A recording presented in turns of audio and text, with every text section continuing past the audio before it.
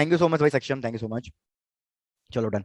यार सबसे पहले तो मेरे को बस इतना याद दिला दो कि तुमने क्या क्या पढ़ लिया है फोटो इलेक्ट्रिक इफेक्ट में। क्या ये पढ़ लिया कि इस चैप्टर में हमारा टारगेट क्या है करने का? सर नहीं। ये तो नहीं पता, पर सर इसमें जैसे उसकी डेफिनेशन करवाई है और जो हमारा वो वर्क फंक्शन वगैरह उसके बारे में बताया था सर ने। चलो बढ़िया। तो मैं पूरा जी। बेसिक स्टार्टिंग से ही कर रहा हूँ, देख लेना कौन कौन सी चीज तुमने पढ़ रखी है और कौन कौन सी चीज अभी तक बिल्कुल नहीं पढ़ी है। यार देखो, सबसे पहले तो मैं तुम्हें ये बताता हूँ चैप्टर में हमारा टारगेट क्या है करने का। चैप्टर के नाम से ही पता चल जाना चाहिए, dual nature of radiation and matter. मतलब हम इसमें चैप्टर में करना क्या चाह रहे हैं। यार तुमने रे ऑप्टिक्स भी पढ़ लिया होगा, वेव ऑप्टिक्स भी पढ़ लिया होगा। मतलब जैसे तुमने इंटरफेरेंस पढ़ रखा होगा, डिफ्रैक्शन पढ़ रखा होगा। मुझे बताओ, क्या इंटरफेरेंस हम लाइट को as a particle nature consider करके डिस्कस कर सकते हैं क्या? No sir.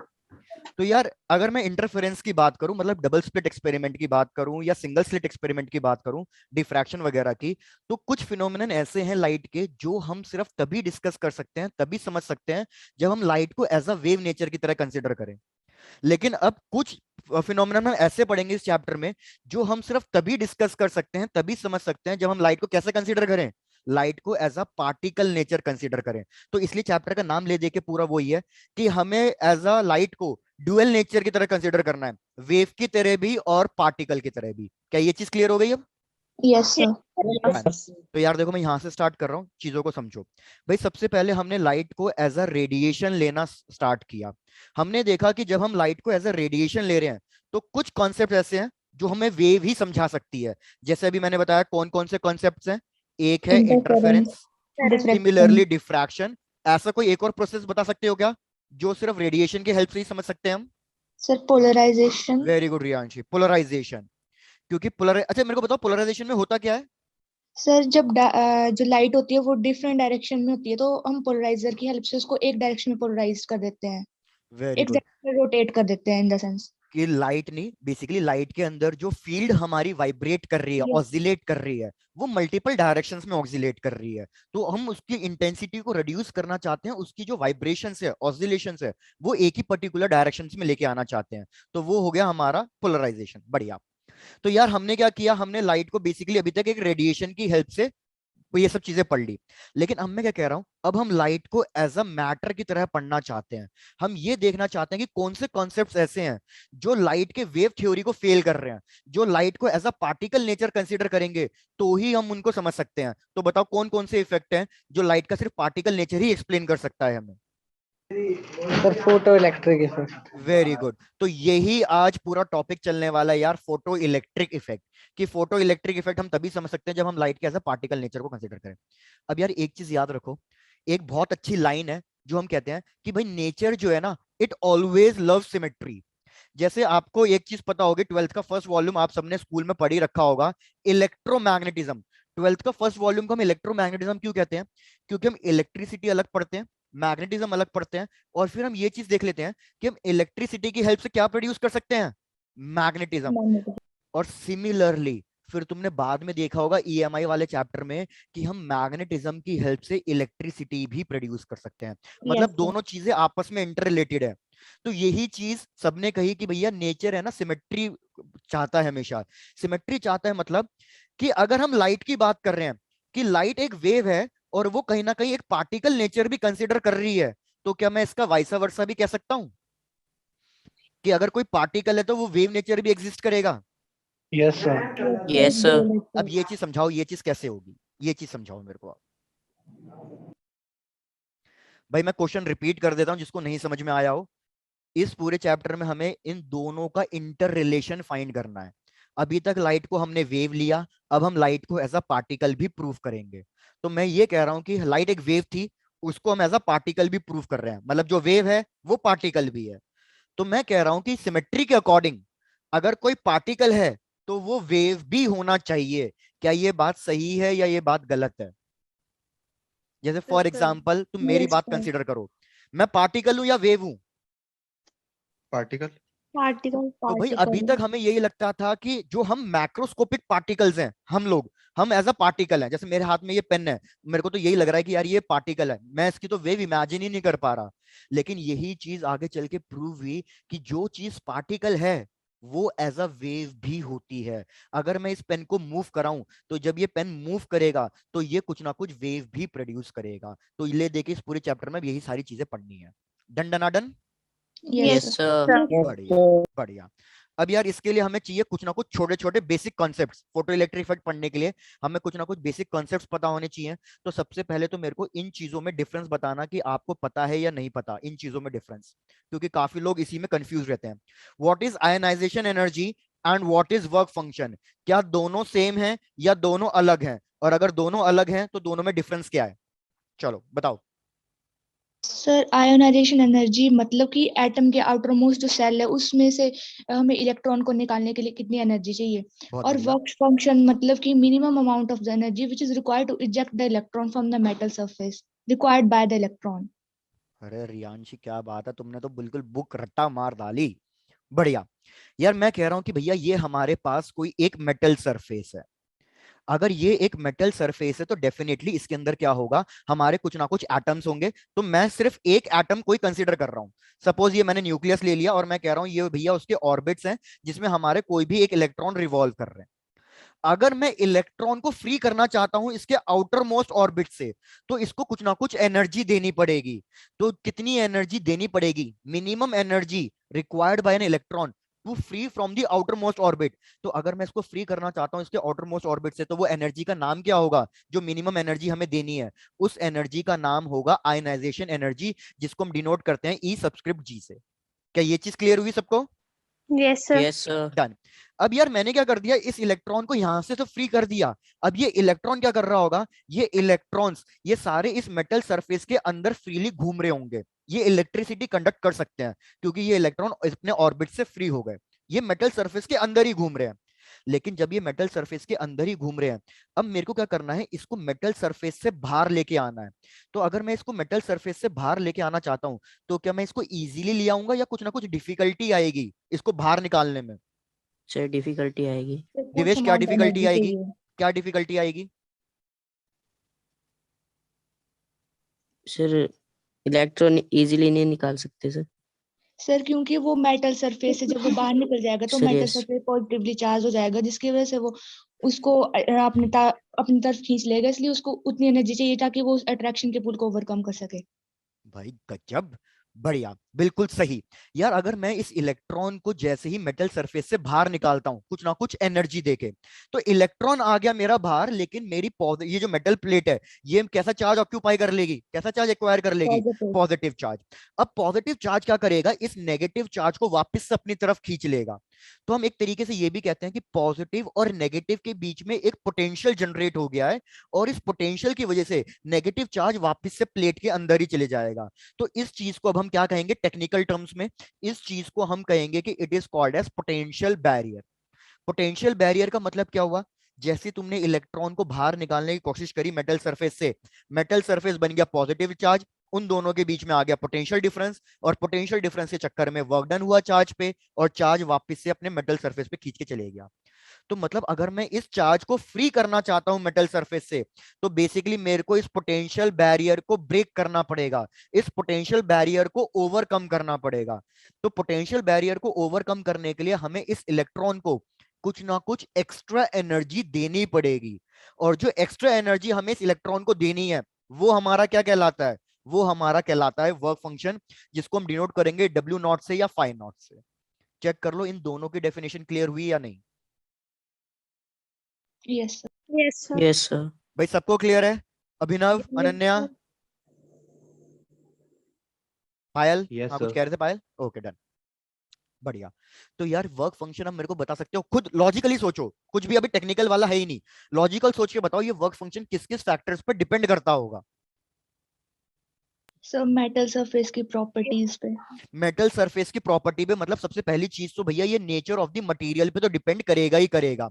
जैसे फॉर एग्जांपल अगर मैं एक एल्यूमिनियम ले रहा हूं या एक कॉपर ले रहा हूं, तो भैया दोनों के लिए मतलब जो इंटरएटॉमिक फोर्सेस होंगे वो अलग अलग होंगे, तो मेरे को अलग अलग अमाउंट ऑफ एनर्जी प्रोवाइड करनी पड़ेगी चार्ज को फ्री कराने के लिए। तो ये नेचर ऑफ मटेरियल पे तो डिपेंड करेगा ही करेगा। क्या और कोई फैक्टर बता सकते हो कि और किस किस फैक्टर पे डिपेंड करेगा? Sir, सर अगर हम structure and temperature chemical rise कर composition देते of a हैं, surface.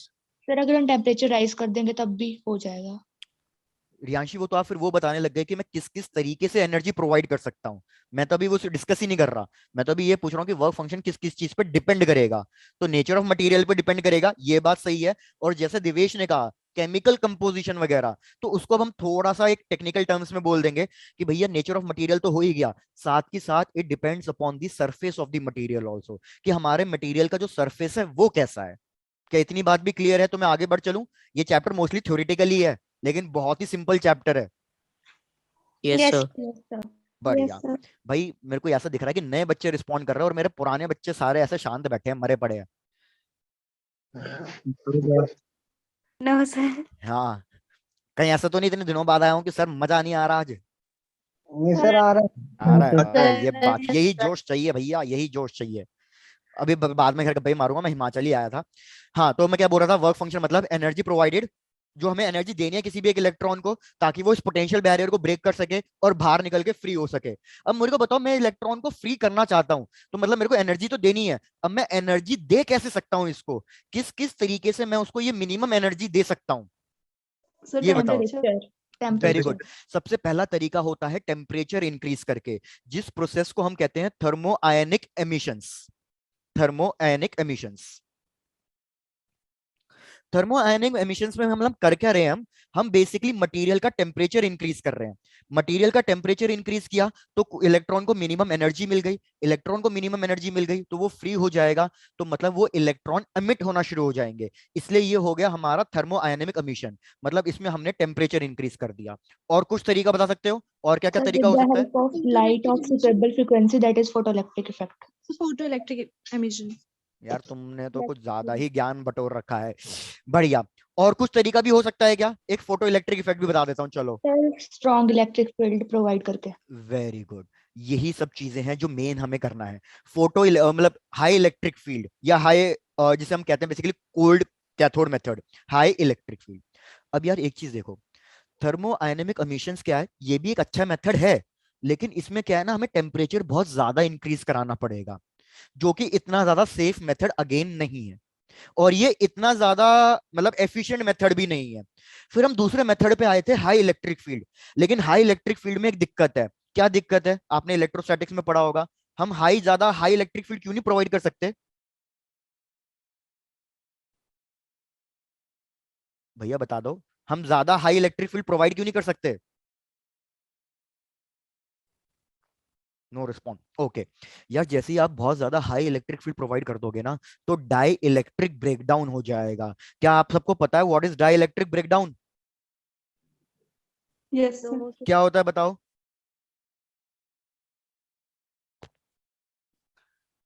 अरे वाह मेरे देश के नौजवानों।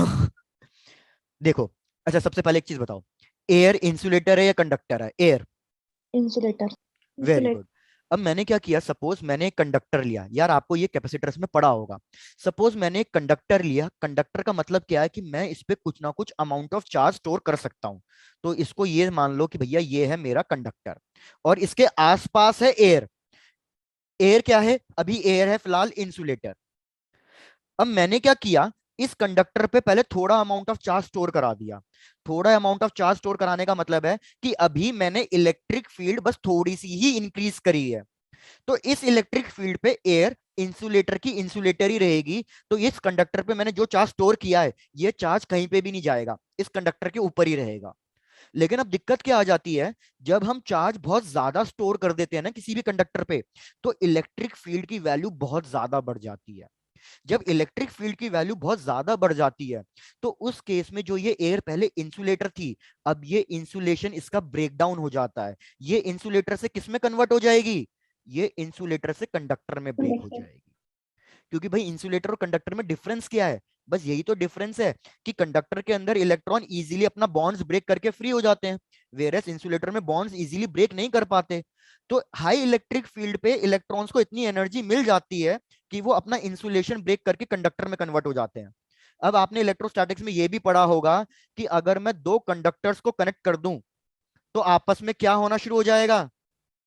Sharing of the charges. Sharing of the charges share होना हो जाएगा। तो यही चीज यहाँ पे भी हो जाएगी कि जो चार्जेस मैंने कंडक्टर को दिए थे, वो चार्जेस मेरे बाहर एयर को ट्रांसफर होने लग जाएंगे। तो इलेक्ट्रिक स्पार्क्स प्रोड्यूस होने लग जाएगा। तो यही चीज एक दिक्कत है हाई इलेक्ट्रिक फील्ड में, कि जैसे हम हाई इलेक्ट्रिक फील्ड देना शुरू करेंगे तो जो आसपास का सराउंडिंग होगा उसकी डाई इलेक्ट्रिक ब्रेकडाउन होना शुरू हो जाएगी। तो हम हाई इलेक्ट्रिक फील्ड भी नहीं दे सकते, ये भी एक अच्छा मेथड नहीं है। तो हमें एक और मेथड पता चला जो बेसिकली लेनार्ड्स और आइंस्टीन वगैरह ने इन सब पे स्टडी करी, photo electric effect. Photo electric effect अभी किसी ने बता ही दिया था, शायद रियांशी ने बताया था। What is Yes, photo sir. Electric effect?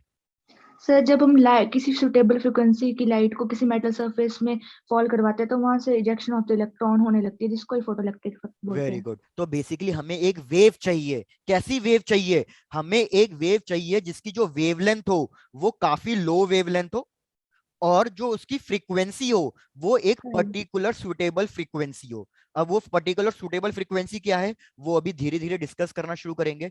तो अगर मैं कोई एक वेव लूं और उसको मेटल सरफेस पे फॉल डाउन कराऊं, और वो वेव कैसी होनी चाहिए? छोटी वेवलेंथ की और सुटेबल फ्रीक्वेंसी की। अगर मैं ऐसी वेव फॉल डाउन कराऊंगा तो उस मेटल सरफेस से मेरे इलेक्ट्रॉन बाहर निकलना शुरू हो जाएंगे, and that is called as photoelectric emission या फोटो इलेक्ट्रिक इफेक्ट।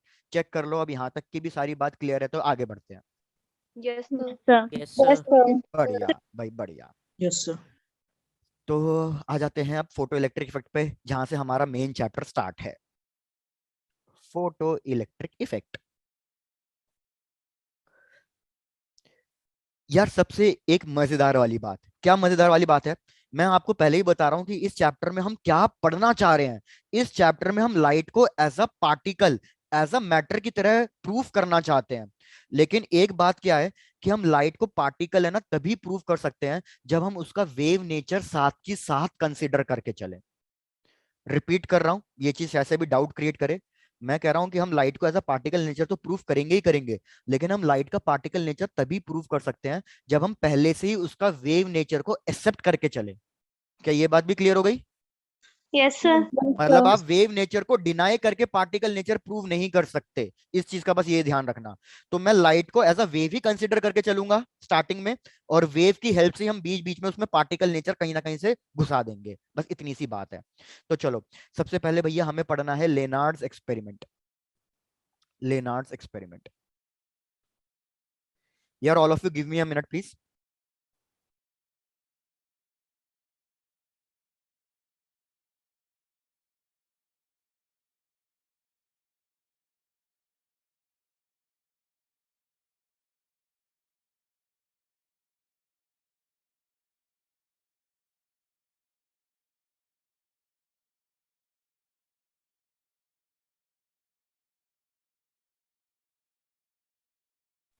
हाँ, सॉरी।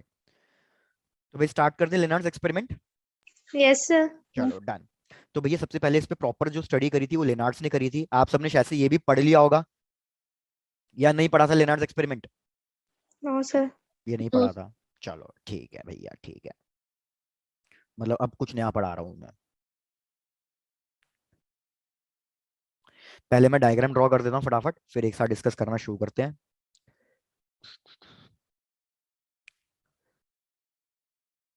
भाई हमने क्या किया, हमने एक वैक्यूम चैम्बर ले लिया, मतलब वैक्यूम ट्यूब ले ली, और उसके अंदर हमने दो प्लेट्स ले ली। एक प्लेट को कनेक्ट कर दिया नेगेटिव टर्मिनल से, मतलब ये हो गई हमारी कैथोड, और एक प्लेट को हमने कनेक्ट कर दिया positive terminal of the battery से, मतलब ये हो गई हमारी एनोड। यहाँ पे हमने एक छोटी सी ओपनिंग दे रखी है। ओपनिंग क्यों दे रखी है? ताकि इस ओपनिंग की हेल्प से हम कोई भी एक लाइट रे को फॉल डाउन करा सकें अपनी प्लेट पे। तो ये हो गई हमारे पास एक ओपनिंग जिससे हम किसी भी लाइट रे को फॉल डाउन करा लेंगे। यहाँ पे मैंने कनेक्ट कर दिया है एक रियोस्टैट। रियोस्टैट का पर्पस क्या होगा कि हम बैटरी के वोल्टेज को और रेजिस्टेंस वगैरह को कंट्रोल कर सकेंगे। Negative terminal, positive terminal, check कर लो यहां तक का सेटअप क्लियर है या नहीं? Yes sir. Yes, sir. Yes, sir. अब पहले मैं आपसे बस बेसिक बेसिक चीजें पूछूंगा, उसमें मेरे को बताना चीजें समझ में आ रही है नहीं आ रही। यार हमने क्या किया, इस ओपनिंग से हमने कुछ ना कुछ अल्ट्रा वायलेट लाइट रेज ली और इस कैथोड प्लेट पे फॉल डाउन करा दी। ये हो गई हमारी कैथोड प्लेट। तो हमने देखा कि अभी मैं फिलहाल क्या कर रहा हूं, इन दोनों के बीच में कोई पोटेंशियल डिफरेंस जनरेट नहीं कर रहा हूं। पोटेंशियल डिफरेंस अभी फिलहाल मैंने 0 रखा हुआ है। तो जब मैं कोई UV light rays fall down करा रहा हूं इस कैथोड प्लेट पे, तो according to photoelectric effect भैया इस कैथोड प्लेट से कुछ ना कुछ पार्टिकल्स मेरे बाहर निकल के आए। मुझे नहीं पता कि वो पार्टिकल क्या थे, क्या वो न्यूट्रॉन थे, इलेक्ट्रॉन थे, प्रोटॉन थे, या क्या थे, कुछ नहीं पता। बस इतना पता चला कि जब हमने इस पे कोई यूवी रेस फॉल डाउन कराई तो कैथोड प्लेट से कुछ ना कुछ चार्जेस बाहर निकल के आ गए। तो भैया ये मैंने मार्क कर दिया कि कुछ ना कुछ चार्जेस बाहर निकल के आ गए। अब कुछ ना कुछ चार्जेस बाहर निकल के आ गए, अभी मैंने इन दोनों पे कोई पोटेंशियल डिफरेंस जनरेट नहीं किया हुआ, तो क्या ये चार्जेस कहीं मूव करके जाएंगे? No sir.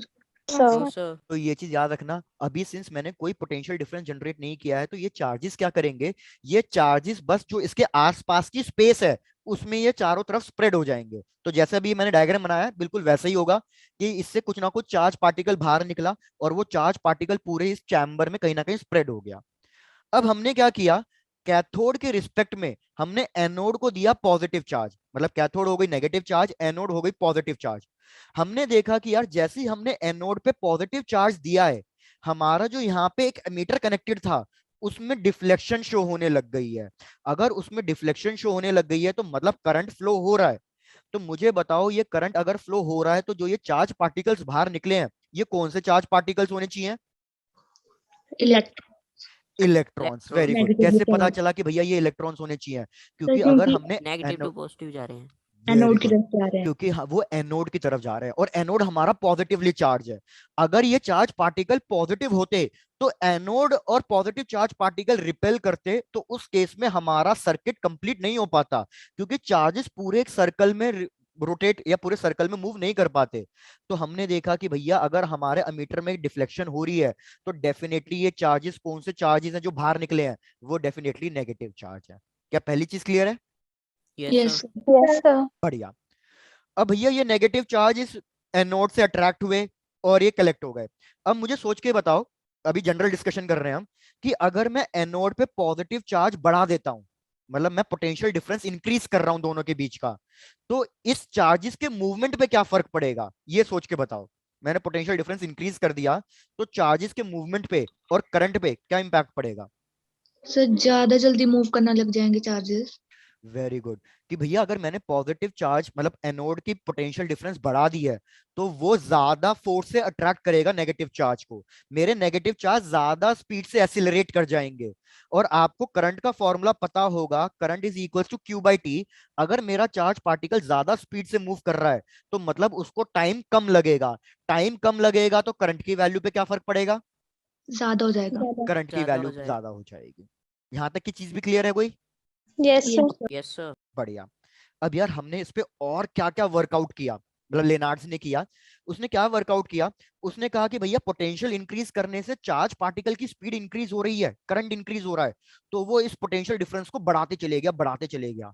उसने बढ़ा दिया। उसने देखा कि भैया जब पोटेंशियल डिफरेंस बढ़ते जा रहा है तो करंट की वैल्यू भी बढ़ते जा रही है, लेकिन करंट की वैल्यू एक पर्टिकुलर लिमिट तक ही बढ़ रही है। अब ऐसा क्यों हो रहा है ये सोच के बताओ, कि पोटेंशियल इंक्रीज करने पे करंट तो इंक्रीज हो रहा है लेकिन वो एक पर्टिकुलर लिमिट तक ही इंक्रीज हो रहा है, उससे ज्यादा वो इंक्रीज हो ही नहीं पा रहा। अब इस पे सोचो थोड़ा सा। सर, क्योंकि कैथोड से जो इलेक्ट्रॉन निकल रहे हैं वो सारे निकल चुके हैं और एनोड तक पहुंच गए हैं, और उसके बाद अगर आप और वोल्टेज बढ़ाओगे, in the sense potential difference बढ़ाओगे, तो वो एक सैचुरेशन लेवल आ जाएगा, जिससे आगे करंट आगे बढ़ेगा ही नहीं, क्योंकि सारे जो चार्जेस है वो एनोड तक पहुंच चुके हैं। Very good. अब इसी को हम दूसरे तरीके से क्या समझेंगे यार, कि अगर मैंने पोटेंशियल डिफरेंस बढ़ाया है तो होगा क्या, पोटेंशियल डिफरेंस बढ़ाने से चार्ज पार्टिकल पे फोर्स लगेगा, ज्यादा फोर्स लगेगा। तो अभी क्या हो रहा होगा, अभी सारे के सारे चार्ज पार्टिकल एनोड की तरफ नहीं जा पा रहे होंगे, सिर्फ कुछ ही चार्ज पार्टिकल एनोड की तरफ जा रहे होंगे। तो जैसे जैसे मैं पोटेंशियल डिफरेंस इंक्रीज करूंगा वैसे वैसे ज्यादा चार्ज पार्टिकल एनोड की तरफ जा रहे होंगे। लेकिन जब मैं पोटेंशियल डिफरेंस ज्यादा इंक्रीज कर दूंगा तो एक लिमिट ऐसी आ जाएगी कि अब इस कैथोड से चाहे कोई भी चार्ज क्यों ना निकले, मतलब इलेक्ट्रॉन चाहे कितने भी इलेक्ट्रॉन क्यों ना निकल जाएं, वो सारे के सारे ही एनोड की तरफ अट्रैक्ट हो जाएंगे। अब उसमें कोई पर्टिकुलर लिमिट नहीं रहेगी। क्या मेरा पॉइंट समझ रहे हो या रिपीट करूं? Sir, repeat कर दो। हाँ बिल्कुल, मेरे को लग ही गया था, रिपीट। भाई मैं क्या कह रहा हूं कि सपोज कैथोड से निकले 10 इलेक्ट्रॉन, कैथोड से 10 इलेक्ट्रॉन निकले, तो अभी क्या हो रहा होगा, एनोड की तरफ 10 के 10 इलेक्ट्रॉन्स नहीं जा पा रहे होंगे। क्या मेरे को आप ये बता सकते हो कि 10 के 10 इलेक्ट्रॉन क्यों नहीं जा पा रहे होंगे? थोड़ा सा ये सोच के बताओ। नहीं नहीं समझ में आई ये वाली बात? पोटेंशियल डिफरेंस नॉर्मल है। क्योंकि अब एक चीज याद रखो, ये शायद से आपने रे ऑप्टिक्स में पढ़ रखी है या नहीं पढ़ रखी, एक चीज का याद रखो कि यार बेसिकली हमारी जो UV light rays fall down कर रही है, तो आप उसको मानो इंसिडेंट लाइट रे, इंसिडेंट लाइट। तो जो हमारे पास इंसिडेंट लाइट है, बेसिकली वो कुछ ना कुछ एनर्जी कैरी कर रही है। अब मेरे को बताओ, जो इस इंसिडेंट लाइट के पास एनर्जी है, वो किस किस चीज में यूटिलाइज हो रही होगी? तो याद रखो, जो हमारी इंसिडेंट लाइट की एनर्जी है ना, वो दो चीजों में यूटिलाइज हो रही होगी। कौन सी दो चीजों में? सबसे पहली चीज तो वो वर्क फंक्शन प्रोवाइड कर रही होगी, उसने And चार्ज also पार्टिकल को kinetic बाहर energy. निकाला होगा। उसके बाद उसने साथ के साथ क्या प्रोवाइड करी होगी? Charge Kinetic particle energy. को kinetic Kinetic energy energy. Provide करी होगी। तो मेरे को बताओ, हर इलेक्ट्रॉन को क्या सेम अमाउंट ऑफ एनर्जी मिली होगी या अलग अलग अमाउंट ऑफ एनर्जी मिली होगी? अलग अलग. अलग अलग अलग। तो इसकी काइनेटिक एनर्जी, ऐसा हो सकता है कि इसकी काइनेटिक एनर्जी ज्यादा हो, और मे बी ये हो सकता है कि इसकी काइनेटिक एनर्जी कम हो। तो जिसकी काइनेटिक एनर्जी ज्यादा है वो तो एनोड की तरफ पहुंच जाएगा, लेकिन जिसकी काइनेटिक एनर्जी कम है, क्या वो एनोड तक पहुंच पाएगा? No, No, sir. sir. नहीं पहुंच पाएगा। तो अगर मैं पोटेंशियल डिफरेंस इंक्रीज कर रहा हूं, तो पोटेंशियल डिफरेंस इंक्रीज करने से मेरा मतलब क्या है कि जो इसकी काइनेटिक एनर्जी पहले कम थी, मैंने इसको थोड़ी सी काइनेटिक एनर्जी और दे दी। तो अगर मैं इसको थोड़ी सी काइनेटिक एनर्जी और दे दूंगा, तो पहले ये एनोड तक नहीं पहुंच पा रहा था, लेकिन अब तो ये एनोड तक पहुंच पाएगा। Yes, sir. Yes, sir. Yes, sir. पहले एक इलेक्ट्रॉन जा पा रहा था एनोड तक, मैंने पोटेंशियल डिफरेंस बढ़ाया तो दो इलेक्ट्रॉन जाने लग गए एनोड तक। तो मैंने बेसिकली चार्ज पार्टिकल्स को इंक्रीज कर दिया जो एनोड तक पहुंच पा रहे थे। तो अगर मैंने नंबर ऑफ चार्ज पार्टिकल्स को इंक्रीज कर दिया, तो करंट पे क्या फर्क पड़ेगा? Increase. करंट इंक्रीज हो जाएगा। अब पोटेंशियल डिफरेंस मैंने बहुत ज्यादा बढ़ा दिया। जब मैंने पोटेंशियल डिफरेंस बहुत ज्यादा बढ़ा दिया ना, तो उस केस में क्या होगा कि अब इस कैथोड से चाहे कोई भी इलेक्ट्रॉन क्यों ना निकले, ये सारे के सारे इलेक्ट्रॉन एनोड की तरफ जाएंगे। अब ऐसा नहीं होगा कि एक जा रहा है या दो जा रहा है और एक रुक रहा है या दो रुक रहे हैं। अब 10 के 10 अगर निकल रहे हैं, तो 10 के 10 एनोड तक पहुंच पाएंगे। तो क्या अब चार्ज पार्टिकल इंक्रीज होने की कोई प्रोबेबिलिटी है? No, sir. No. क्या ये चीज समझ में आई या नहीं? Yes, sir. Yes, sir. Yes, sir. Done. तो अब की बार जब अब चार्ज पार्टिकल इंक्रीज ही नहीं हो पा रहे हैं, जितने निकल रहे हैं उतने के उतने ही जा रहे हैं, तो इसलिए हमारे करंट की वैल्यू इंक्रीज नहीं होगी, क्योंकि अब अमाउंट ऑफ चार्ज हमारा कांस्टेंट हो गया है। तो अमाउंट ऑफ चार्ज कांस्टेंट हो गया, तो हमारा करंट की वैल्यू कांस्टेंट हो जाएगी, इसलिए करंट की वैल्यू पे एक लिमिट लग जाएगी। और जो करंट की वैल्यू पे एक लिमिट लग रही है, उस चीज को हम कहेंगे सैचुरेशन करंट। अब जो मैंने इतनी देर से तक थ्योरेटिकल बकवास करी, चेक कर लो यहां तक पूरी बात समझ में आई या नहीं आई। Yes. yes sir done. यार आई नो ये चैप्टर थोड़ा सा बोरिंग लग सकता है क्योंकि थ्योरेटिकल चैप्टर है, हालांकि अभी थोड़ी देर में न्यूमेरिकल्स भी आ जाएंगे, लेकिन मेन तो इसमें थ्योरी ही है, जो उसके ग्राफ वगैरह है अभी वही डिस्कस करना है। तो अगर यहाँ तक की चीजें क्लियर है, तो अब हम ग्राफ डिस्कस करना शुरू कर दें। Yes. yes sir चलो Yes, बढ़िया sir. बढ़िया। तो इन सबको मैं रब करता हूँ। अब इसमें 4 ग्राफ हैं टोटल, जो हमें एक एक करके डिस्कस करने हैं, और चारों ग्राफ में पहले ही बोल रहा हूँ बहुत इंपॉर्टेंट ग्राफ है। तो आ जाओ सबसे पहले ग्राफ पे। सबसे पहला ग्राफ क्या है? हमें इंटेंसिटी और फोटो इलेक्ट्रिक इफेक्ट, इन दोनों के बीच का रिलेशन चेक करना है। फोटो इलेक्ट्रिक इफेक्ट मतलब करंट, यहाँ पे लिख रहा हूँ इंटेंसिटी वर्सेस करंट। तो यार लेनार्ड्स ने क्या किया, उसने अब की बार यूवी जो लाइट रेज ली थी उसने, उसमें उसने उसकी फ्रीक्वेंसी फिक्स कर दी। उसने कहा भैया लाइट रे की फ्रीक्वेंसी हम चेंज नहीं करेंगे, और जो पोटेंशियल है वो भी हम फिक्स रखेंगे, हम पोटेंशियल भी चेंज नहीं करेंगे। हम बस क्या चेंज कर रहे हैं? हम लाइट रे की इंटेंसिटी को चेंज कर रहे हैं, हम लाइट रेज की इंटेंसिटी को इंक्रीज कर रहे हैं। तो उसने देखा कि जैसे जैसे आप लाइट रेज की इंटेंसिटी को इंक्रीज कर रहे हो, वैसे वैसे फोटो इलेक्ट्रिक करंट वो लीनियरली इंक्रीज कर रहा है। यहाँ पे हमने रखा है फोटो इलेक्ट्रिक करंट, और यहाँ पे हमने रखा है इंटेंसिटी। अब मैं रिपीट कर रहा हूं, आप लॉजिकल सोचना ऐसा क्यों हो रहा है। रिपीट भैया, जैसे जैसे हमने यूवी रेस, जो लाइट रेस फॉल डाउन कर रही थी, मैंने उसकी फ्रीक्वेंसी चेंज नहीं करी है, पोटेंशियल डिफरेंस चेंज नहीं किया है, मैंने बस उसकी इंटेंसिटी चेंज की है। इंटेंसिटी चेंज करी, इंक्रीज करी, तो फोटो इलेक्ट्रिक करंट भी इंक्रीज हो गया। अब क्या आप मेरे को रीजन बता सकते हो इसका? रीजन क्या हो सकता है? सर उनकी एनर्जी ज्यादा हो गई, जो निकल रहे हैं इलेक्ट्रॉन्स। वेरी गुड यार। अब ये चीज मैं साइड में टेबल बना के बता रहा हूं, थोड़ा समझना। वेव ऑप्टिक्स में आपने पढ़ रखा होगा इंटेंसिटी किसके प्रोपोर्शनल होती है? Sir square of the amplitude. Very good भाई, सारे बच्चे ना बाकी शांत है, बहुत पिल जाओगे, रिस्पॉन्ड कर दो। इंटेंसिटी भैया एम्पलीट्यूड के डायरेक्टली प्रोपोर्शनल होती है, एम्पलीट्यूड स्क्वायर के। तो अगर हमने इंटेंसिटी इंक्रीज करी है, बेसिकली हमने एम्पलीट्यूड इंक्रीज किया है, और अल्टीमेटली हमने बेसिकली जो लाइट रे फॉल डाउन कर रही थी उसकी एनर्जी इंक्रीज कर दी, ऐसा हमें पहले लग रहा था। ये वेव थ्योरी के अकॉर्डिंग चल रहा है, अभी हमें पता ही नहीं कि लाइट एज अ पार्टिकल है या नहीं, ये तो वेव थ्योरी के अकॉर्डिंग चल रहा है। भाई वेव थ्योरी के अकॉर्डिंग इंटेंसिटी इंक्रीज कर रहे हैं तो एनर्जी इंक्रीज कर रहे हैं, एनर्जी इंक्रीज कर रहे हैं तो उसके वजह से क्या होगा, मेरे पार्टिकल को वर्क फंक्शन तो मिलेगा ही मिलेगा, साथ ही साथ उसको काइनेटिक एनर्जी भी मिलेगी। तो उनको पहले यही लगता था कि भैया इंटेंसिटी इंक्रीज करने का मतलब है कि मेरे चार्ज पार्टिकल की काइनेटिक एनर्जी इंक्रीज हो रही है, तो टाइम के साथ क्या होगा, टाइम डिक्रीज होगा, और करंट की वैल्यू के साथ क्या होगा, Increase. इंक्रीज। तो पहले ये चीज लग रही थी। चेक करो जो मैंने बोला वो समझ में आया या नहीं आया, रिपीट कर देता हूं लास्ट टाइम। वेव थ्योरी के अकॉर्डिंग क्या लगा कि इंटेंसिटी इंक्रीज करने का मतलब है कि हमने जो एनर्जी फॉल डाउन कर रही थी लाइट की, हमने उसको इंक्रीज किया। अगर मैंने उस एनर्जी को इंक्रीज किया है तो वर्क फंक्शन तो मिल जाएगा, साथ ही साथ पार्टिकल को काइनेटिक एनर्जी मिलेगी, तो काइनेटिक एनर्जी इंक्रीज होगी तो पार्टिकल को टाइम कम लगेगा एनोड तक पहुंचने के लिए, तो करंट की वैल्यू इंक्रीज हो जाएगी। तो अभी तक तो यही लग रहा था, क्या ये चीज क्लियर है? Yes yes sir. Sir. Done. तो अभी तक तो आप यही मान के चलो कि ऐसा ही हो रहा है, अभी तक आप यही मान के चलो कि भैया ऐसा ही हो रहा है, हम बाद में इसको गलत प्रूफ करेंगे। दूसरा ग्राफ समझो अब। भैया दूसरा ग्राफ क्या है, दूसरा ग्राफ है हमारा between photo electric current and stopping potential. अब इस ग्राफ पे थोड़ा अच्छे से ध्यान देना। फोटो इलेक्ट्रिक करंट, ओहो sorry, photo electric current versus stopping potential या पोटेंशियल।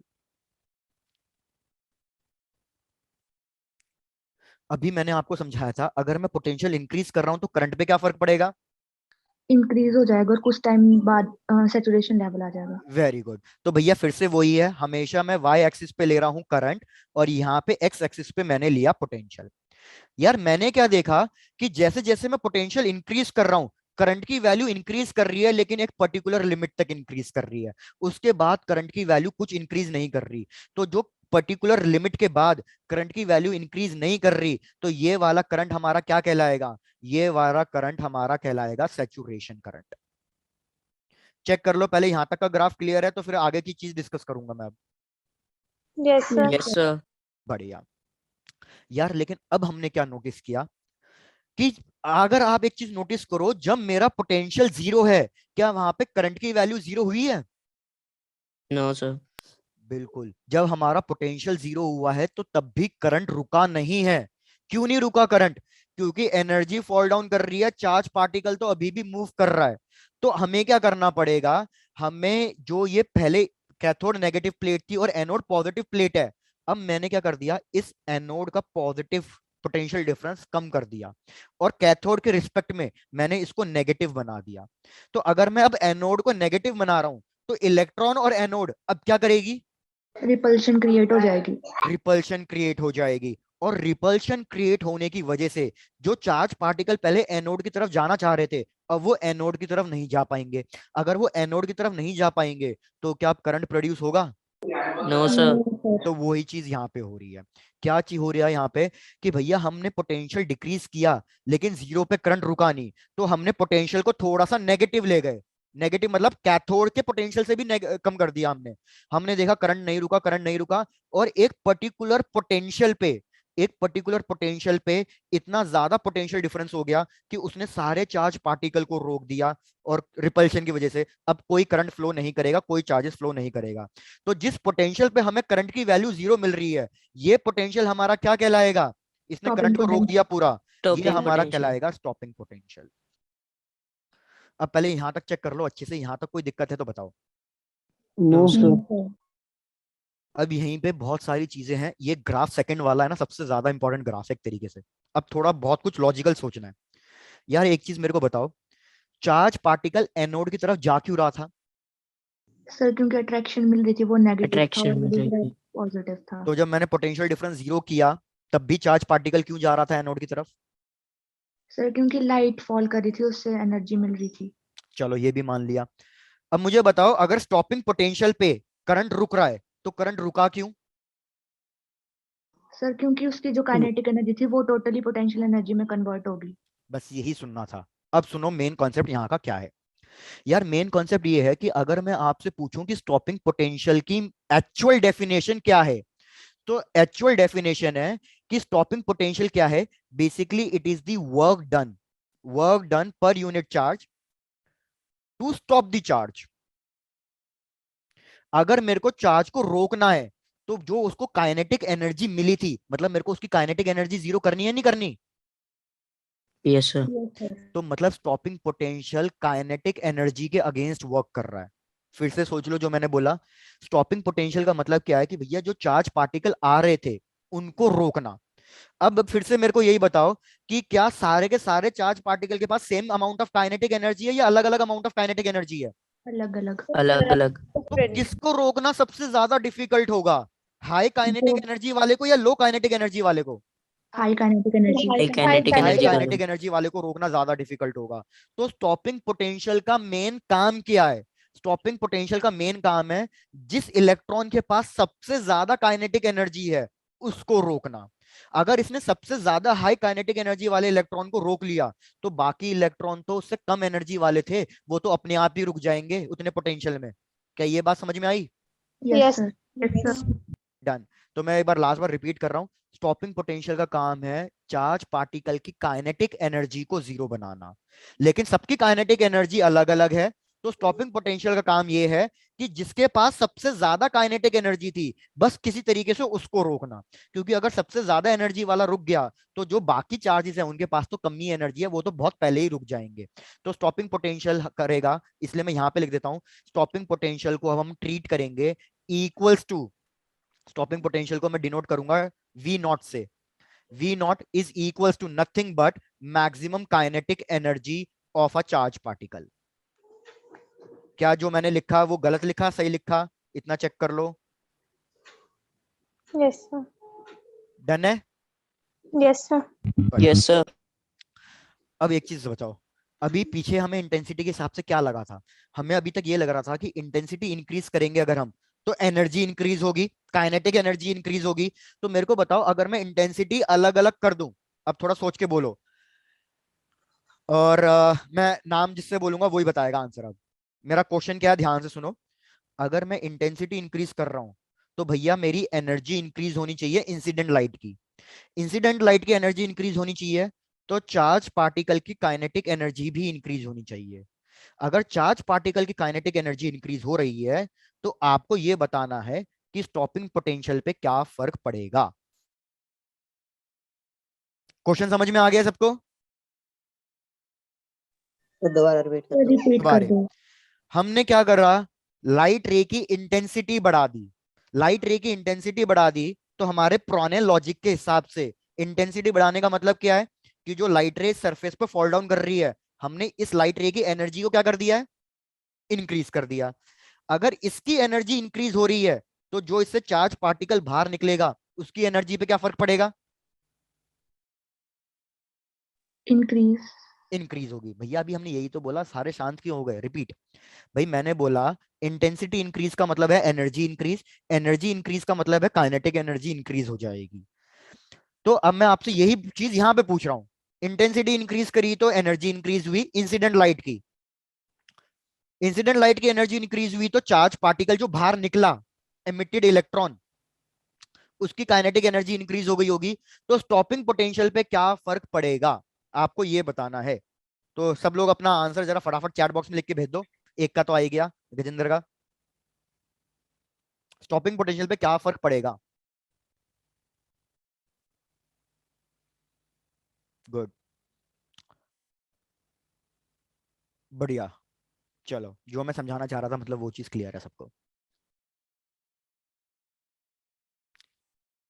ठीक है दिवेश, दिवेश आप तो फाइनल आंसर बता रहे हो क्योंकि आपने वो चीज पहले से पढ़ रखी है।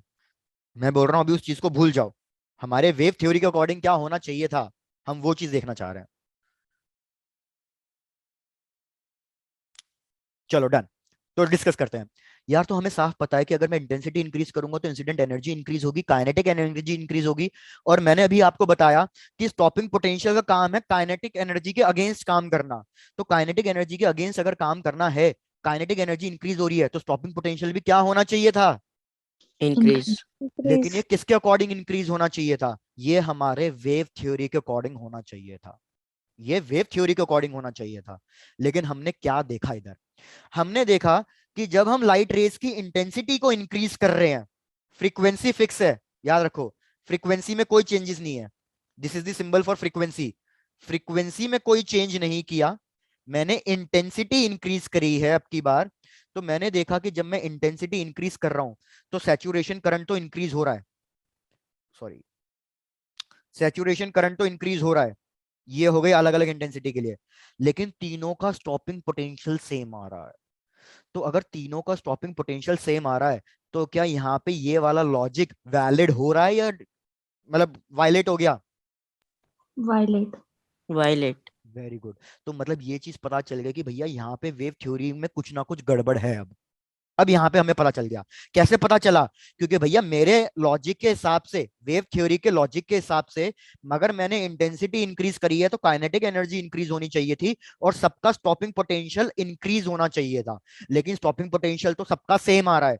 अगर स्टॉपिंग पोटेंशियल सबका सेम आ रहा है तो मतलब चार्ज पार्टिकल की काइनेटिक एनर्जी पे कोई फर्क नहीं पड़ा। तो क्या मैं अब ये कह सकता हूं, इंपॉर्टेंट लॉजिक, क्या मैं ये कह सकता हूं कि काइनेटिक एनर्जी का कोई लेना देना नहीं है इंटेंसिटी से? Yes, sir. yes sir, तो मतलब मैंने अभी तो यहाँ पे कहा कि काइनेटिक एनर्जी का लेना देना है इंटेंसिटी से, लेकिन यहाँ पे पता चल रहा है कि काइनेटिक एनर्जी का कोई लेना देना नहीं है इंटेंसिटी से। तो क्या मैं कह सकता हूँ कि यहाँ पे वेव थ्योरी अब फेल हो गई? yes Yes, sir, बढ़िया। तो इस चीज को भी याद रखना। तो अब अगर यहाँ पे वेव थ्योरी फेल हुई है तो इंटेंसिटी इंक्रीज करने से करंट इंक्रीज हुआ क्यों था? अभी तो हमें यही नहीं पता चला। तो थोड़ी देर में ये भी डिस्कस करेंगे कि इंटेंसिटी इंक्रीज करने से फिर करंट इंक्रीज हुआ क्यों था, अभी वो भी डिस्कस करेंगे। अब चेक कर लो सेकंड ग्राफ बिल्कुल क्लियर है या नहीं? Yes, sir. yes sir, very Yes, sir. Good. तो भैया मैंने देखा कि इंटेंसिटी इंक्रीज करने से सैचुरेशन करंट तो इंक्रीज हो गया लेकिन स्टॉपिंग पोटेंशियल इंक्रीज नहीं हुआ। तो अब मेरे को बताओ ऐसी कौन सी क्वांटिटी थी जो फिक्स थी? क्योंकि अगर वो क्वांटिटी फिक्स है तो तभी स्टॉपिंग पोटेंशियल भी फिक्स आया है, फ्रीक्वेंसी। तो इससे frequency, हमें क्या पता चला कि भैया kinetic energy of the charge particle किस पे डिपेंड करती है? वो फ्रीक्वेंसी पे डिपेंड करती है। तो अगर मैं किसी भी एक लाइट रे की फ्रीक्वेंसी इंक्रीज कर रहा हूं तो उस केस में क्या होगा? उसकी काइनेटिक एनर्जी इंक्रीज होगी, और अगर उसकी काइनेटिक एनर्जी इंक्रीज होगी तब जाके उसका स्टॉपिंग पोटेंशियल भी इंक्रीज हो जाएगा। और यही चीज हमें पता चली थर्ड ग्राफ से। थर्ड ग्राफ में हमने क्या किया? हमने फ्रीक्वेंसी वर्सेस स्टॉपिंग पोटेंशियल को लेके देखा। स्टॉपिंग पोटेंशियल एक तरीके से। तो हमने क्या चीज नोटिस करी कि भैया फिर से वही चीजें हो रही हैं कि स्टॉपिंग मतलब पोटेंशियल बढ़ाने पे करंट इंक्रीज हो रहा है लेकिन एक पर्टिकुलर लिमिट तक इंक्रीज हो रहा है। लेकिन हमने देखा कि जब हम फ्रीक्वेंसी अलग अलग ले रहे हैं तो स्टॉपिंग पोटेंशियल अलग अलग आ रहा है। ये फ्रीक्वेंसी है V3, ये V2, ये V1। तो मेरे को बताओ इनमें से कौन सी फ्रीक्वेंसी सबसे ज्यादा होगी? V3, V2 या V1? V1. V3, भाई स्टॉपिंग पोटेंशियल सबसे ज्यादा V3 का आ रहा है, तो हमारा डेफिनेटली V3 वाली फ्रीक्वेंसी ज्यादा होगी V2 से और फिर V1 से। तो जितनी ज्यादा फ्रीक्वेंसी उतनी ज्यादा काइनेटिक एनर्जी उतना ज्यादा स्टॉपिंग पोटेंशियल। चेक कर लो भैया ये चीज भी क्लियर हुई या नहीं हुई? Yes, sir. yes sir, बढ़िया। तो मैं यहाँ लिख देता हूँ, हमने अब की बार इंटेंसिटी के साथ कुछ छेड़छाड़ नहीं करा है, अब की बार हमने लाइट रे की फ्रीक्वेंसी को चेंज किया है। जब हमने लाइट रे की फ्रीक्वेंसी को चेंज किया तो हमने देखा स्टॉपिंग पोटेंशियल अपने आप चेंज हो रहा है। तो भैया हमें फर्स्ट और सेकंड ग्राफ से अब जो जो इंपॉर्टेंट कंक्लूजन्स मिल रहे हैं, हाँ नयन बिल्कुल एक बार रिपीट करता हूँ। नयन एक बार मेरे को बताओ कौन सा पार्ट रिपीट करना है ताकि मैं डायरेक्टली उसी पॉइंट पे आ जाऊं। सर यही वाला। अच्छा ठीक है डन। तो मैं यही बोल रहा था आपको कि हमें पहले दो ग्राफ से क्या इंपॉर्टेंट कंक्लूजन्स मिल रहे हैं। पहला इंपॉर्टेंट कंक्लूजन ये मिल रहा है कि काइनेटिक एनर्जी इंटेंसिटी पे डिपेंड नहीं करती, क्योंकि अगर इंटेंसिटी पे डिपेंड करती तो यहाँ पे जब मैंने अलग अलग इंटेंसिटी ली थी तो स्टॉपिंग पोटेंशियल अलग अलग आना चाहिए था, जो कि ऐसा नहीं हुआ है। तो मतलब काइनेटिक एनर्जी इंटेंसिटी पे डिपेंड नहीं करती। दूसरा इंपॉर्टेंट कंक्लूजन क्या मिला कि भैया जब मैंने फ्रीक्वेंसी अलग अलग ली है तो स्टॉपिंग पोटेंशियल अलग अलग आया है। तो मतलब फ्रीक्वेंसी से काइनेटिक एनर्जी पे कुछ ना कुछ फर्क पड़ा है। क्योंकि जब काइनेटिक एनर्जी चेंज होगी तो ही स्टॉपिंग पोटेंशियल चेंज होगा, अदरवाइज स्टॉपिंग पोटेंशियल चेंज नहीं होना चाहिए था। तो इधर मैंने जब फ्रीक्वेंसी अलग अलग ली है तो स्टॉपिंग पोटेंशियल अलग अलग आया है, मतलब frequency depends upon kinetic energy and kinetic energy equals to stopping potential. नैन अब चेक करके बताओ, अब क्लियर है? Yes sir. डन। तो भैया पहले 3 ग्राफ आराम से नोट डाउन कर लो, कोई दिक्कत हो कोई समस्या हो तो पहले यहां तक बता दो।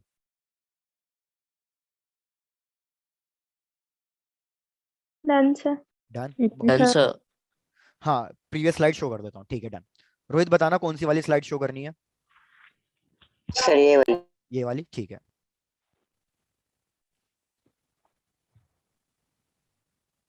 Done sir. वाली भी Done. शो कर दो रियांशी नेक्स्ट वाली, सर, फर्स्ट वाली। Yes first sir. वाली, अच्छा फर्स्ट Yes. ग्राफ वाली, ये वाली, ठीक है डन।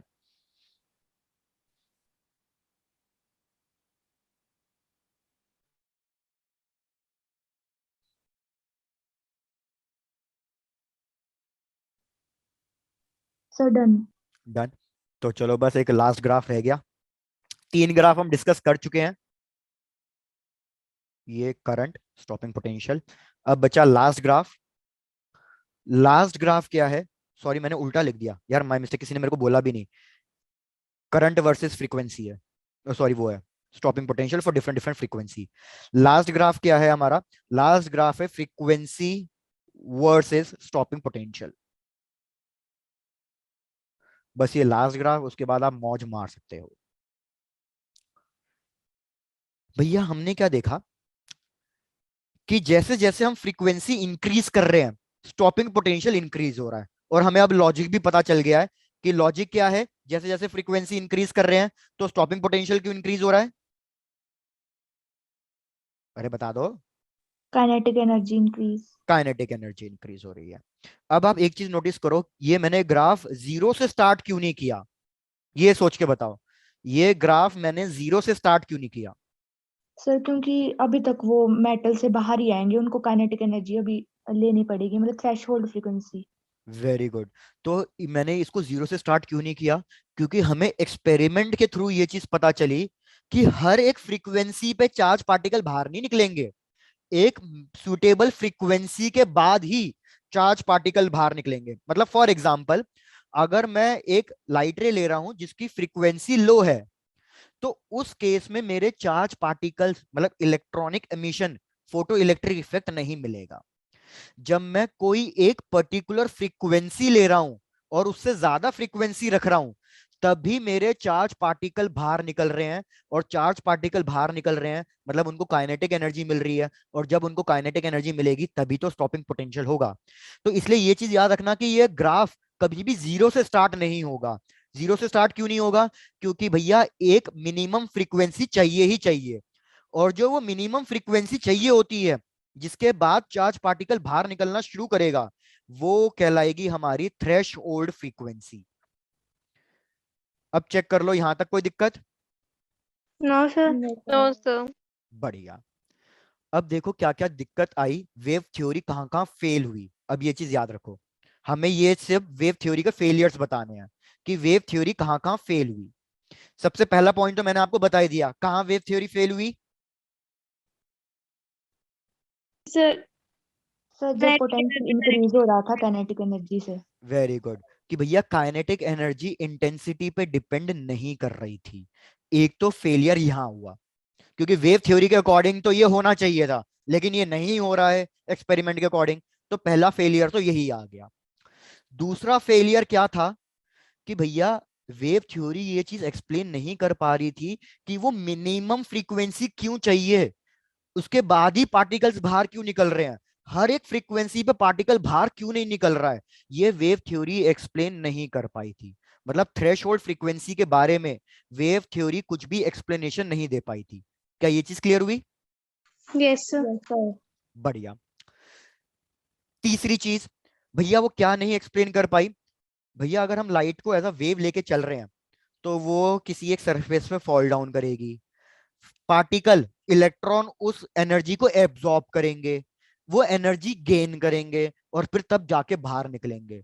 तो ये है ना एक टाइम प्रोसेस होना चाहिए, इसको टाइम लगेगा। जैसे फॉर एग्जांपल, आप धूप में बाहर निकलते हो, तो क्या जैसे ही आप घर से बाहर निकले जैसे ही आपने घर का गेट खोला, क्या उसी वक्त आपको गर्मी लगना चालू हो जाती है, या थोड़ी देर धूप में रहते हो तब जाके गर्मी लगना चालू होती है? सर थोड़ी देर रहती।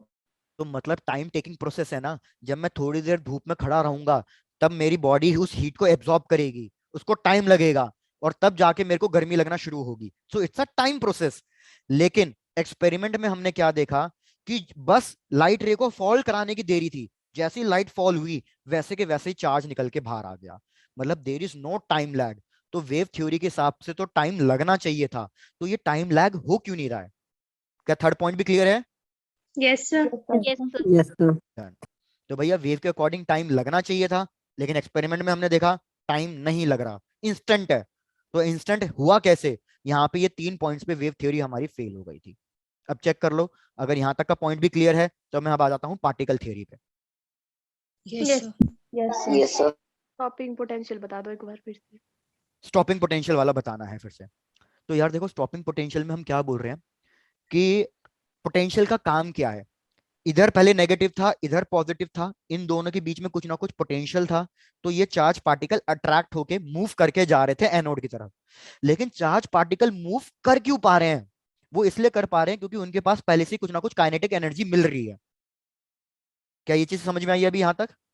Yes sir. और काइनेटिक एनर्जी उनको किन की वजह से मिल रही है? यूवी रेज की वजह से। वेरी गुड, यूवी रेस की वजह से। तो यार मैंने क्या किया, मैंने स्टॉपिंग, इस जो एनोड वाली प्लेट है, अब मैंने इसको पॉजिटिव बनाने की बजाय इसको नेगेटिव बनाना शुरू कर दिया। तो जो इससे चार्ज पार्टिकल निकल रहे थे इलेक्ट्रॉन, और ये भी नेगेटिव प्लेट है, तो ये आपस में रिपेल करेंगे, और उसकी वजह से क्या होगा, मेरे चार्ज पार्टिकल्स जो मूव कर रहे थे पहले, अब वो मूव करना बंद कर देंगे। तो अगर उन्होंने मूव करना बंद कर दिया है, तो मतलब अल्टीमेटली मैंने उनकी काइनेटिक एनर्जी को जीरो बना दिया है। तो स्टॉपिंग पोटेंशियल का काम क्या था? स्टॉपिंग पोटेंशियल मतलब इसका कितना नेगेटिव पोटेंशियल रखना चाहिए मेरे को, ताकि चार्ज पार्टिकल मूव करना बंद कर दें। तो स्टॉपिंग पोटेंशियल का काम होता है मैक्सिमम काइनेटिक एनर्जी के अगेंस्ट काम करना। क्या ये चीज समझ में आई है? Yes sir. डन। तो स्टॉपिंग पोटेंशियल अगर मैक्सिमम काइनेटिक एनर्जी के अगेंस्ट काम कर रहा है, हमने देखा इंटेंसिटी इंक्रीज कर रहे हैं तो भी स्टॉपिंग पोटेंशियल चेंज नहीं हो रहा, मतलब इंटेंसिटी और काइनेटिक एनर्जी का कोई लेना देना नहीं है। हमने जब फ्रीक्वेंसी इंक्रीज करी, हमने देखा फिर स्टॉपिंग पोटेंशियल अलग अलग लगा रहा है। तो मतलब फ्रीक्वेंसी और काइनेटिक एनर्जी का लेना देना है, क्योंकि अगर फ्रीक्वेंसी चेंज करने पे स्टॉपिंग पोटेंशियल अलग अलग आ रहा है, तो स्टॉपिंग पोटेंशियल का मतलब तो काइनेटिक एनर्जी था। Yes sir. डन। यस। तो आप अल्टीमेटली है ना, ये पॉइंट दिमाग में रखो कि फ्रीक्वेंसी चेंज करने से स्टॉपिंग पोटेंशियल चेंज हुआ है, और स्टॉपिंग पोटेंशियल तो तभी चेंज होता है जब काइनेटिक एनर्जी चेंज होती है। तो मतलब इन दोनों के बीच में हमें एक रिलेशन मिल गया कि ये दोनों आपस में एक दूसरे पर डिपेंड करते हैं। अब तो क्लियर है? तो आगे बढ़ जाऊं या फिर से कुछ और समझाना है अभी? सर क्लियर है। डन, आ जाओ। तो भैया वेव थ्योरी यहाँ पे फेल हुई। अब आते हैं पार्टिकल थ्योरी पे, जो आइंस्टाइन ने एक्सप्लेन करी थी proper. Particle theory, particle theory के अकॉर्डिंग आइंस्टाइन ने क्या कहा? सबसे पहला पॉइंट, आइंस्टाइन ने यह कहा कि भैया जो हमारी लाइट है वो पार्टिकल की तरह है, उसके पास पार्टिकल है, लेकिन उस पार्टिकल का नाम क्या है? उस पार्टिकल का नाम है फोटोन। इस फोटोन को हम क्या कहते हैं? फोटोन को हम स्मॉल पैकेट्स ऑफ एनर्जी कहते हैं। क्या ये आपने 10th क्लास में पढ़ा था ऐसा कुछ? Yes, sir. Yes sir. Very good. भैया Yes, sir. आइंस्टीन ने क्या कहा कि लाइट एक पार्टिकल है, और उस पार्टिकल का नाम क्या था? पार्टिकल का नाम था फोटोन। अब फोटोन कर क्या रहा है?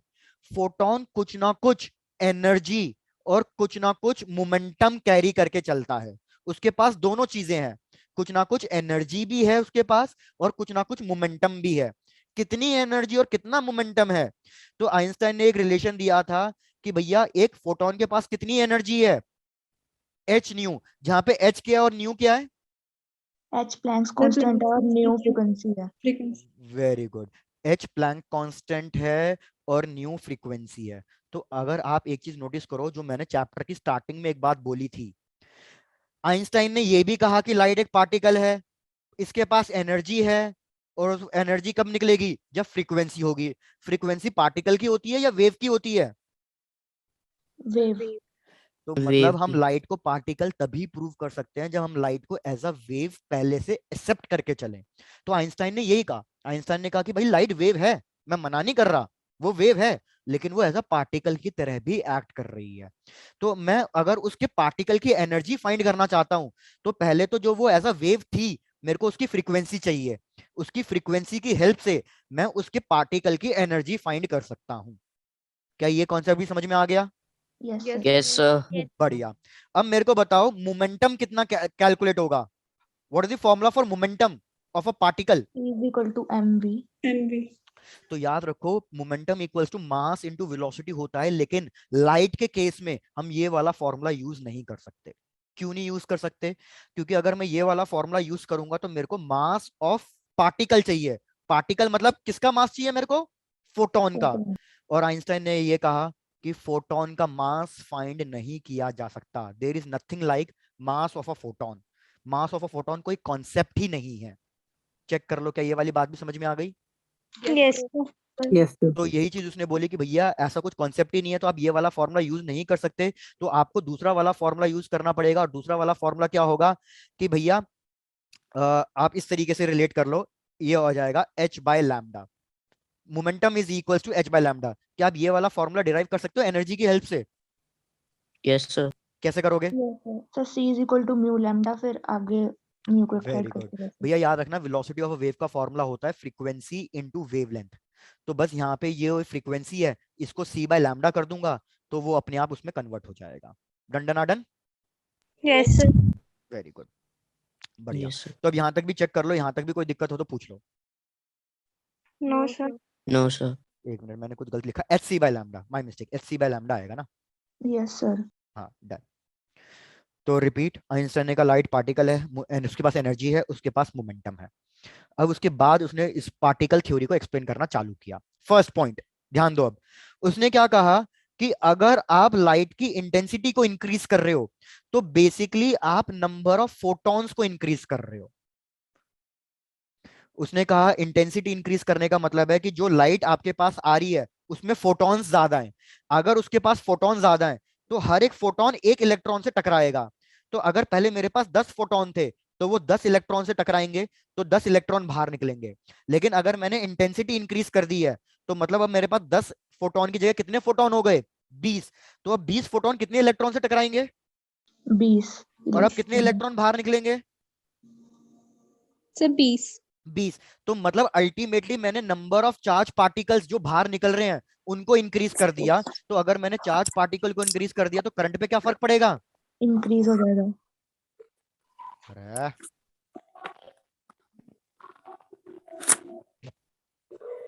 रिपीट करना ये वाला पॉइंट। Yes, sir. ठीक है डन। ऐसा करता हूँ, इस तरीके से समझाता हूँ। भैया उसने कहा ये लाइट है, इसकी कुछ ना कुछ इंटेंसिटी है, इंटेंसिटी I1 ले लेना। बहुत ही बढ़िया पल्लवी, मजा आया सुन के, पढ़ लो। हाँ भाई रिपीट, मैंने कहा कि सपोज मैंने लाइट की इंटेंसिटी ली है I1, तो इसमें मैंने फोटॉन्स ड्रॉ कर दिए। कितने फोटॉन्स हैं? 4 फोटॉन्स हैं। तो अगर मैं 4 फोटॉन्स ले रहा हूं तो ये 4 फोटॉन्स कितने इलेक्ट्रॉन के साथ कोलाइड करके उनको बाहर निकालेंगे? ये सिर्फ 4 इलेक्ट्रॉन्स को कोलाइड करके बाहर निकालेंगे। क्यों? क्योंकि आइंस्टाइन के लॉजिक के हिसाब से ये एक इलास्टिक कोलिजन होता है, और इलास्टिक कोलिजन में एक चार्ज पार्टिकल एक ही पार्टिकल से टकराएगा। इतनी बात क्लियर हो गई? Yes, sir. Done. Yes sir. अब मैंने क्या कर दिया, अब मैंने लाइट रे की जो इंटेंसिटी है इसको इंक्रीज कर दिया। अगर लाइट रे की इंटेंसिटी को मैंने इंक्रीज कर दिया है तो मतलब यहाँ पे मैंने जो नंबर ऑफ फोटॉन्स थे उनको इंक्रीज कर दिया। अब भैया मैंने ले लिए 7 फोटॉन्स, तो अगर मैंने 7 फोटॉन्स लिए हैं तो अब ये कितने इलेक्ट्रॉन्स को कोलाइड करके कितने इलेक्ट्रॉन्स को बाहर निकालेंगे? 7. तो पहले 4 इलेक्ट्रॉन निकल रहे थे, अब 7 इलेक्ट्रॉन निकल रहे हैं। तो अमाउंट ऑफ चार्ज पार्टिकल पे क्या फर्क पड़ा है? Amount of charge particle increase हुआ है। Increase. आपको पता है करंट का फॉर्मूला होता है Q बाई टी। तो अगर मैं Q की वैल्यू इंक्रीज कर रहा हूं तो I की वैल्यू पे क्या फर्क पड़ेगा? Sir, increase. Increase. तो ये लॉजिक था पहला वाला कि इंटेंसिटी इंक्रीज करने से करंट इंक्रीज क्यों हो रहा था। क्या पहला वाला पॉइंट क्लियर हो गया? Yes Yes, sir. Done. यहाँ पे वेव थ्योरी जो फेल हुई थी। दूसरा पॉइंट, भाई दूसरा पॉइंट उसने क्या कहा आइंस्टीन ने, कि जो हमारी इंसिडेंट एनर्जी है, इंसिडेंट एनर्जी ऑफ फोटोन, वो किसके बराबर होगी? वो सबसे पहले तो वर्क फंक्शन प्रोवाइड करेगी चार्ज पार्टिकल को, और उसके बाद उनको काइनेटिक एनर्जी प्रोवाइड करेगी। अभी थोड़ी देर पहले प्रीवियस स्लाइड में मैंने लिखा एनर्जी ऑफ अ फोटोन का फॉर्मूला क्या है? H new. H new. तो इसको न्यू नॉट कर दो। न्यू नॉट का मतलब हमें पता चल जाएगा कि हम इंसिडेंट एनर्जी की बात कर रहे हैं। तो यहां पे मैंने लिखा H nu naught is equal to work function plus kinetic energy. तो क्या मैं ऐसा लिख सकता हूं, kinetic energy is equal to H nu naught minus work function? Yes sir. Yes, sir. अब मेरे को एक बात सोच के बताओ, अगर मेरा न्यू नॉट एक पर्टिकुलर वैल्यू से कम है तो उस केस में H nu not work function से कम हो जाएगा। अगर H nu not work function से कम हो गया तो काइनेटिक एनर्जी कैसी आएगी?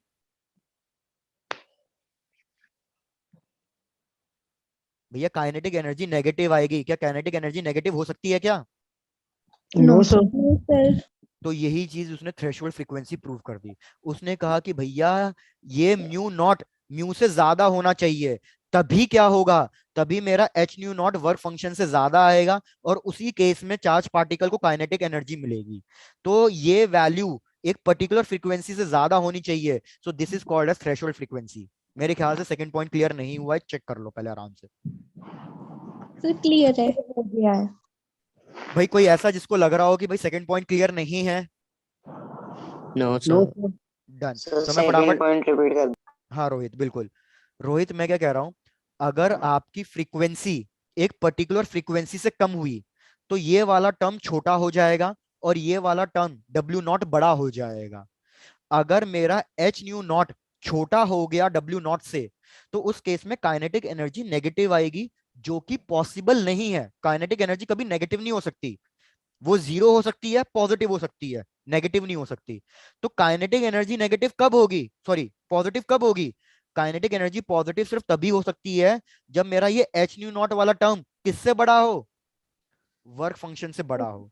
तो मतलब ये कुछ पर्टिकुलर वैल्यू होगी तभी तो ये वाला टर्म वर्क फंक्शन से बड़ा होगा ना। Yes sir. तो Yes, sir. यही चीज प्रूफ हो गई वर्क फंक्शन की, उसकी थ्रेशोल्ड फ्रीक्वेंसी की, कि भैया ये म्यू नॉट की वैल्यू एक पर्टिकुलर वैल्यू से ज्यादा होनी चाहिए, जिससे कि क्या हो, ये एच न्यू टर्म वाला डब्ल्यू नॉट से बड़ा हो जाए, और जैसे ये उससे बड़ा हो जाएगा काइनेटिक एनर्जी पॉजिटिव हो जाएगी, जो कि वैलिड है। अब तो क्लियर हो गया? Yes, sir. Yes sir. Done, बढ़िया। तो यहाँ पे हमारा कॉन्सेप्ट प्रूव हो गया अबाउट थ्रेश होल्ड फ्रीक्वेंसी का।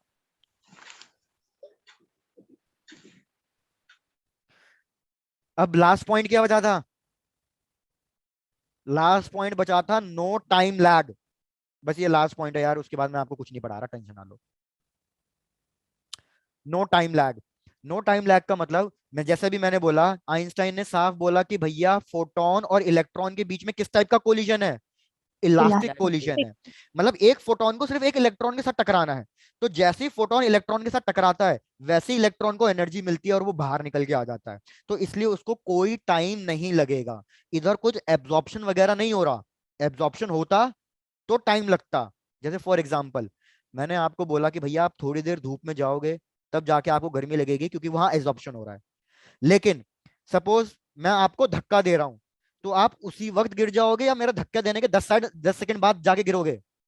उसी तभी वक्त। टाइम।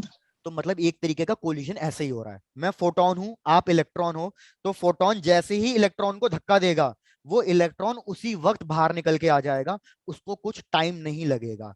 तो ये उसने प्रूव कर दिया कि भैया फोटोन और इलेक्ट्रॉन के बीच में इलास्टिक कोलिजन है, इसलिए कोई टाइम नहीं लग रहा। इलास्टिक कोलिजन पार्टिकल्स के बीच में होता है।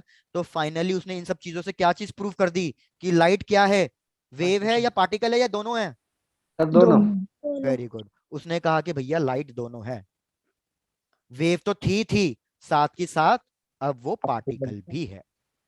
अब चेक कर लो, ये मैंने आपको बहुत क्विक में सारी चीजें बता दी हैं। यहां तक अच्छे से चेक करके बताओ, कोई दिक्कत कोई समस्या तो पूछो। No sir No, sir. बढ़िया। मैंने काफी हद तक थ्योरी कंप्लीट कर दी है। आप इस थ्योरी को, आपका काम क्या है, अच्छे से रिवाइज करना। नेक्स्ट क्लास में इसके न्यूमेरिकल छेड़ना शुरू कर देंगे। चेक कर लो, मैं पूरा यहाँ से शुरू कर रहा हूँ, देख लो। आइंस्टाइन के कोई भी पॉइंट्स में कोई दिक्कत हो तो बता दो। No, sir. Done done done. कि भैया पार्टिकल है, एनर्जी है, मोमेंटम है, intensity number of photons increase करेगी, और इंसिडेंट एनर्जी जो है वो work function plus kinetic energy होगी। तो यहीं से हमारे पास थ्रेशोल्ड फ्रीक्वेंसी और कॉन्सेप्ट भी क्लियर हो गया।